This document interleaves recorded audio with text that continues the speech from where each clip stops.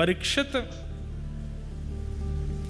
का विवाह आदि हुआ, जन्मेजय आदि पुत्र हुए, एक छत्र सम्राट हैं।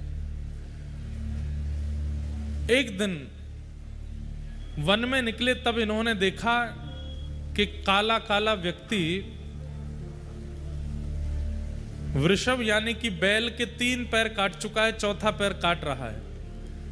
जैसी तलवार निकाल के मारने के लिए पहुंचे, उसने चरण पकड़ लिए, बोले मुझे मत मारो। बोले कौन हो तुम?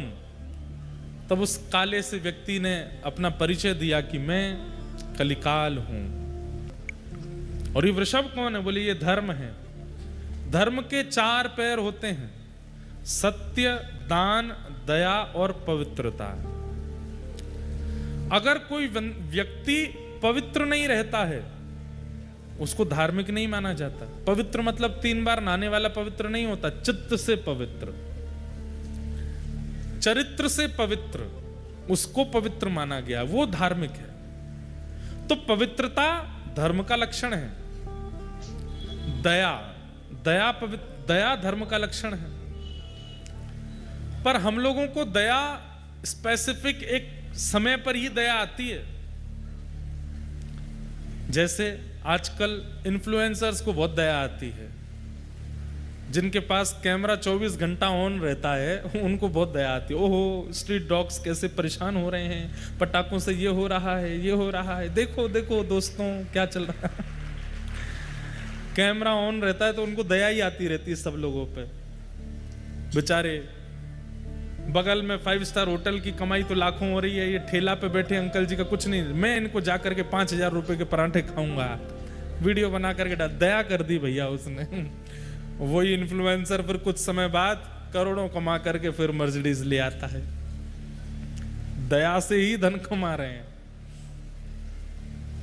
ठीक है, आप इन्फ्लुएंस कीजिए कि औरों को भी चित्त में दया आवे, लेकिन आजकल इन्फ्लुएंसर और इन्फ्लुएंस लोग इससे हो रहे हैं कि भाई मोटा पैसा है, हम भी बन जाते हैं।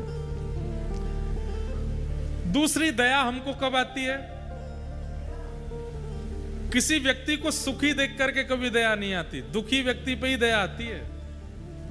कोई व्यक्ति बेचारा धन ना कमा रहा हो, पत्नी छोड़ के चली गई हो, पति छोड़ के चले गए हो, बच्चे बात ना मानते हो, विचित्र परिस्थिति जीवन की चल रही हो, उस पर हमको दया आती है।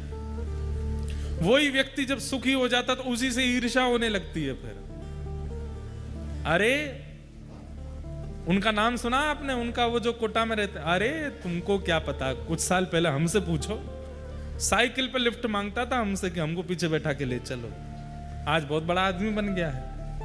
व्यक्ति सुखी होते ही हमको उसके प्रति दया खत्म हो जाती है। दया का मतलब किसी पर सिंपैथी करना नहीं होता। दया का मतलब किसी के ऊपर करुणा करना और उस पर उसको बेचारा लाचार समझ करके उस पर कृपा करना, इसको दया नहीं कहते हैं। दया मतलब वो चाहे जैसी स्थिति में आ जाए, अच्छी हो, बुरी हो, भली हो, कैसी भी स्थिति में आ जाए, आपके चित्त में उसके प्रति दुर्भाव ना प्रकट होना, इसको दया कहते हैं। ये दया है। कोई व्यक्ति गलत कर रहा है तो आपके मन में यह भाव आना चाहिए कि ये गलत किस लिए कर रहा है, ऐसा क्या कारण बना कि इसको गलत करना पड़ा। ये विचारधारा जो चित्त में है, इसको दया कहते हैं।